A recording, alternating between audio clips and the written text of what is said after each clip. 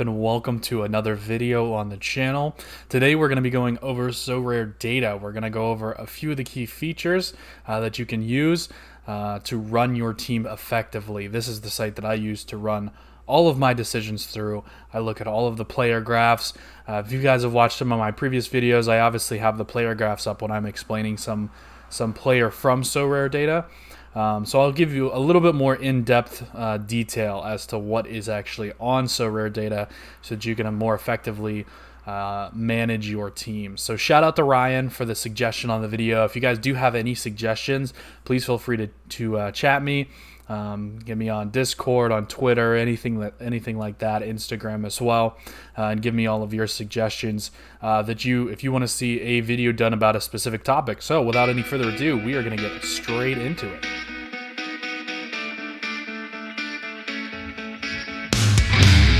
Hi guys, welcome back. So we're gonna hop straight into things, but first, just one special message here. Definitely a shout out to Christian Eriksen. Definitely a very scary thing that happened over the weekend. So our thoughts and prayers are definitely with him, as the entire football community also is praying for a speedy recovery and a full recovery for him as well. So I know that he is doing a little bit better, so that's obviously great news. But we do want to wish him the best of recoveries. But we're going to hop into the video. So this is the main page for Sorare data.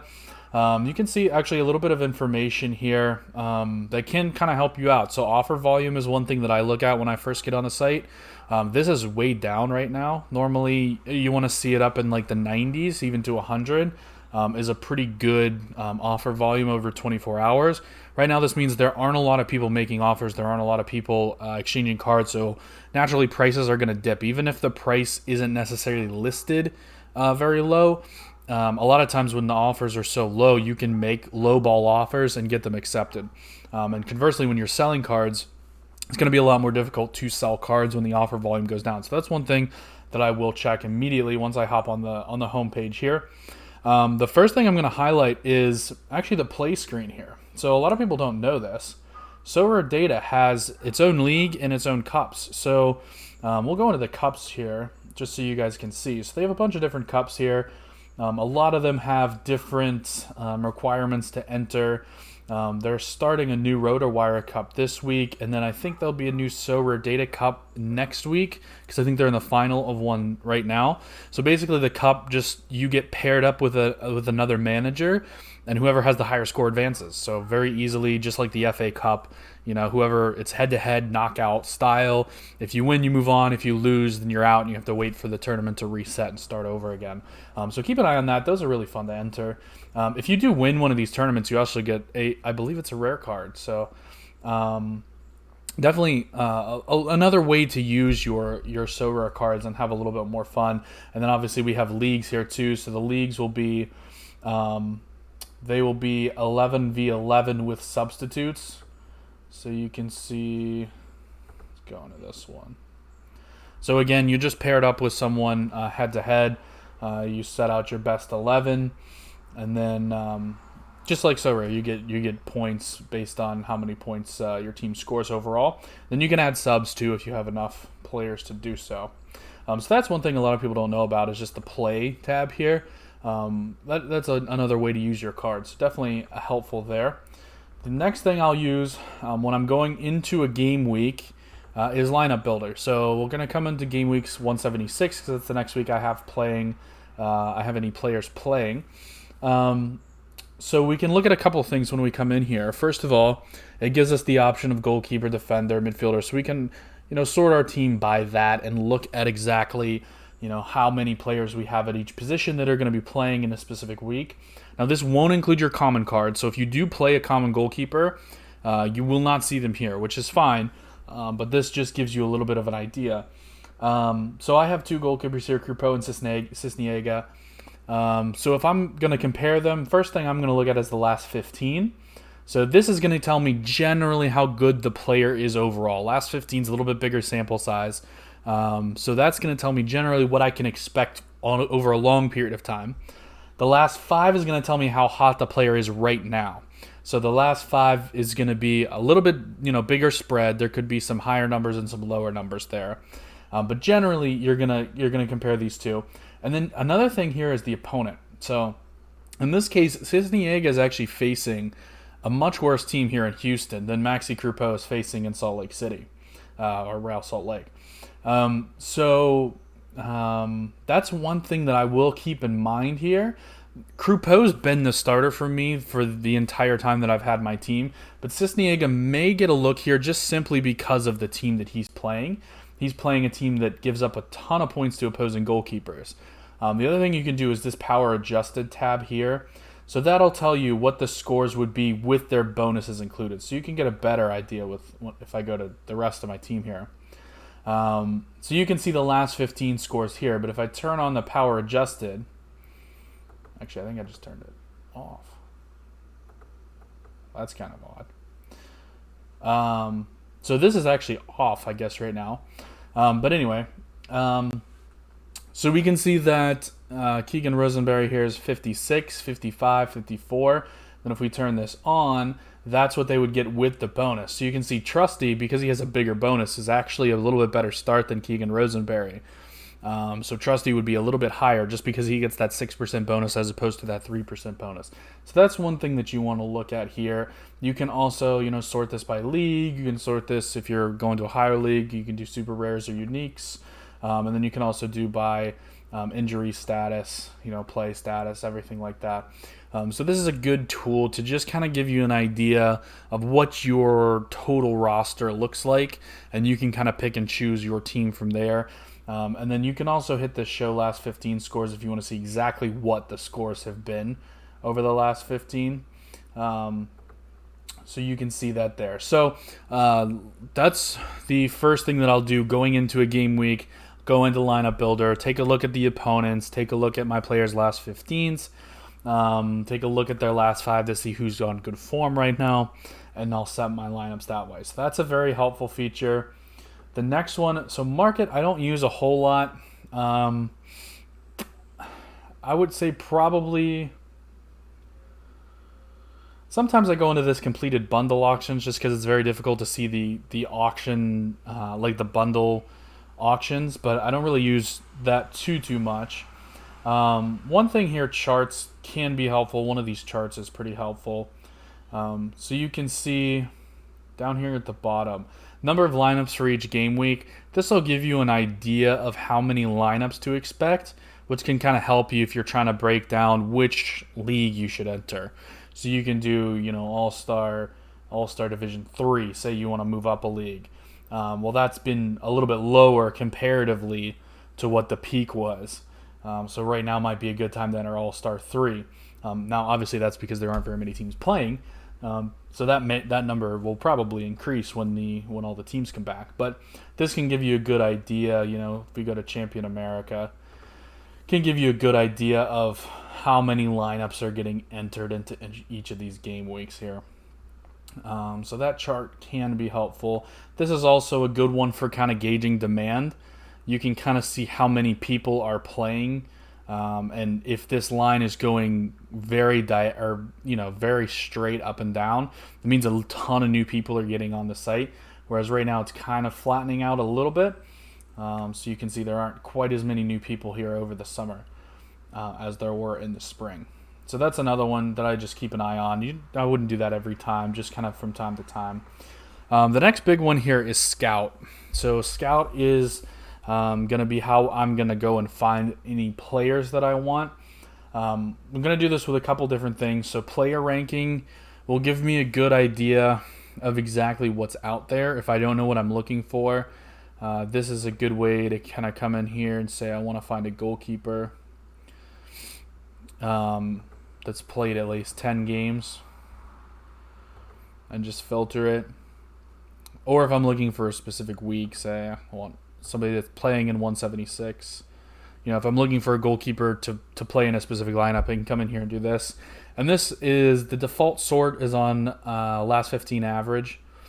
So it'll be on, this 60.81 Andre Blake has been the best goalkeeper over the last 15 that's played at least 10 games that has a game in this game week.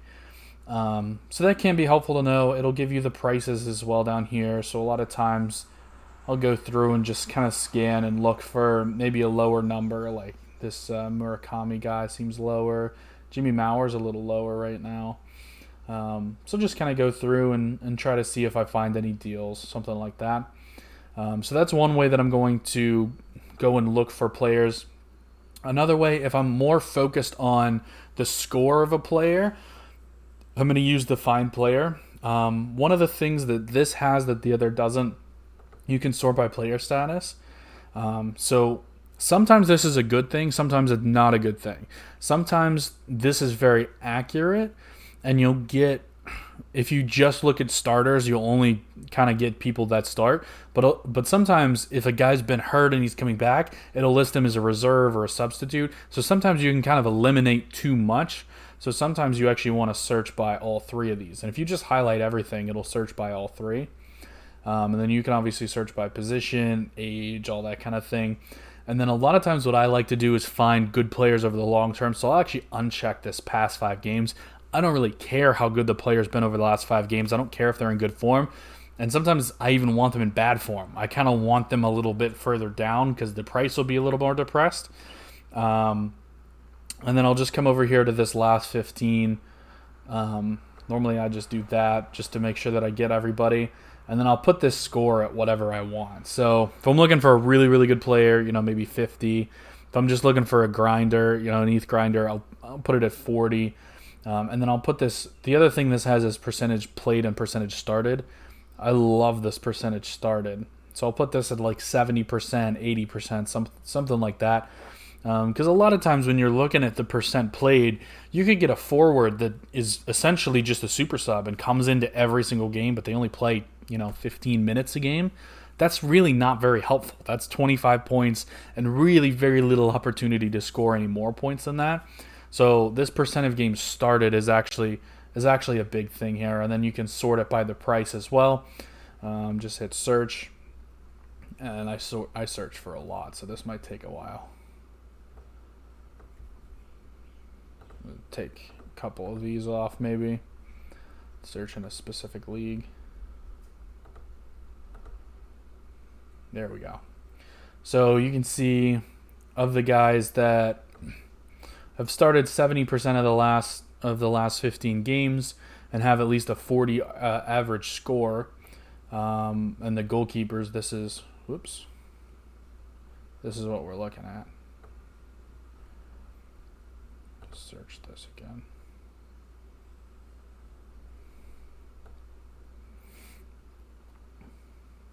So you can see this is what we're looking at, just goalkeepers that have started a bunch of games that I have this set to maximum of 0.1, so you're not really going to find a goalkeeper for that. Bingham has no club. Park Bae-Wong has been out for the last couple games, and he's 37. So you're not really going to find a goalkeeper for under 0.1. But that's how you would go through and find, if you're looking for a specific player. Oh, and one thing, if you sort by league, highlight this one, but then you want to uncheck all leagues, or else it won't do that correctly. Let's see. I think that's it for Scout.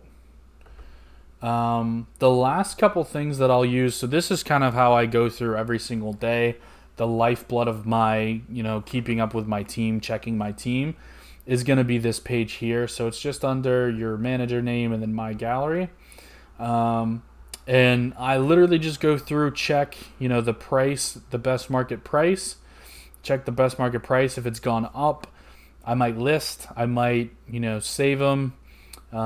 It just depends on how I'm feeling on the specific player.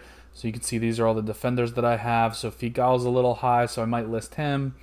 Keegan Rosenberry's actually gone up in the last few, but he's a good player, so I'm going to keep him probably. So I just go through, check on that. If so let's say I see Figal. Figal looks like he's a little bit high, 0.75. I'll go into the player's page, and then you just have to click their name in order to bring up the page that I normally show you guys. So I'm interested here in the price graph because I want to see if 0.75 is actually accurate.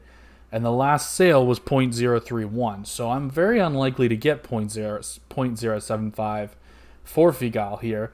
So I might list for maybe 5.9 or 6.9 or something like that. Just because that is a big price price gap to make up. If I'm trying to make up 50% of his total price, that's going to be a pretty big price. So I'm probably going to go in here to the player page itself in order to actually set the price that I'm going to try and sell them at. So you'll go through there, you'll look at that stuff. And then the other thing that I do is a watch list. So my watch list page can be very interesting if you have players that you're kind of long-term looking to add to your club, or maybe just interested in the price. A lot of times you can add them to your watch list, and I just go in and check this. Every time I check my team, I also check my watch list. So like Svensson here looks like he's a little bit lower. So I might go in and see, is 8.3 a good price? And the last one went for 6.0, so it's not really a great price. Might try to make an offer there, but realistically, that's not a great price for him. I'm not necessarily having to buy that right now. And the way that you add to the watch list is just this heart here. You just click that, it goes red, and then he's on your watch list. So you just go through the watch list and take a look at different players, take a look at players that you want, and you're watching this best market price down here at the bottom. And just looking for anybody that's lower than they normally are. I kind of have a running tally of how expensive some of these players have been, so I kind of know who's dipping and who's coming back up. If you want to keep a snapshot of it, write it down somewhere, totally fine as well. But this just kind of gives you an overall idea of what these are the guys that you're looking for. And I have a ton of guys on here, just guys that I'm tracking, guys that I'm looking for, looking at their price. Some guys I've actually already bought, so some of them are on my team, like Durkin. I bought a Durkin already, but I just keep them on the watch list, in case I sell them, I want to buy them back, anything like that. So like Lucho Acosta has gone way down in the last month or two, so possibly a buy time here on Lucho Acosta. We'll have to go in and take a look at the price. So yeah, last one was 0.051, so that's really not a bad spot there. 0.054. Might try to offer a little bit less, especially with the low offers that we saw earlier. If we're in the market for a midfielder, I mean, he's a very, very good midfielder. He was in my preseason MLS kind of breakdown, and you can see that he missed a few games here due to injury. But he is overall a very, very good midfielder. He's come back to MLS and been very, very consistent and solid. So if we're looking, I mean, that's a pretty decent price for a midfielder, and if we can get him in the 0.04s, that's probably worth hopping on there. So that's just a basic overview of Sorare data, of everything that I'm looking for on a day-to-day basis. The most frequent things I use are the player finder, the My Gallery, and the My Watch List. When I'm setting my lineups, I'll go through Lineup Builder. I'll check the charts every once in a while, and then obviously every game week I'll put a lineup into either the league or the cups or whatever you may have. So just a few basic things to help you guys be a little bit more efficient with your lineups, with your team management. So we'll bring it back out here. Really appreciate you guys checking out the video. Not sure when the next video will be out, but just stay tuned to the channel. Definitely subscribe and hit the notification bell so that you get the notifications when I do release a new video. Really appreciate you guys hanging out. Until the next time, Vamos United.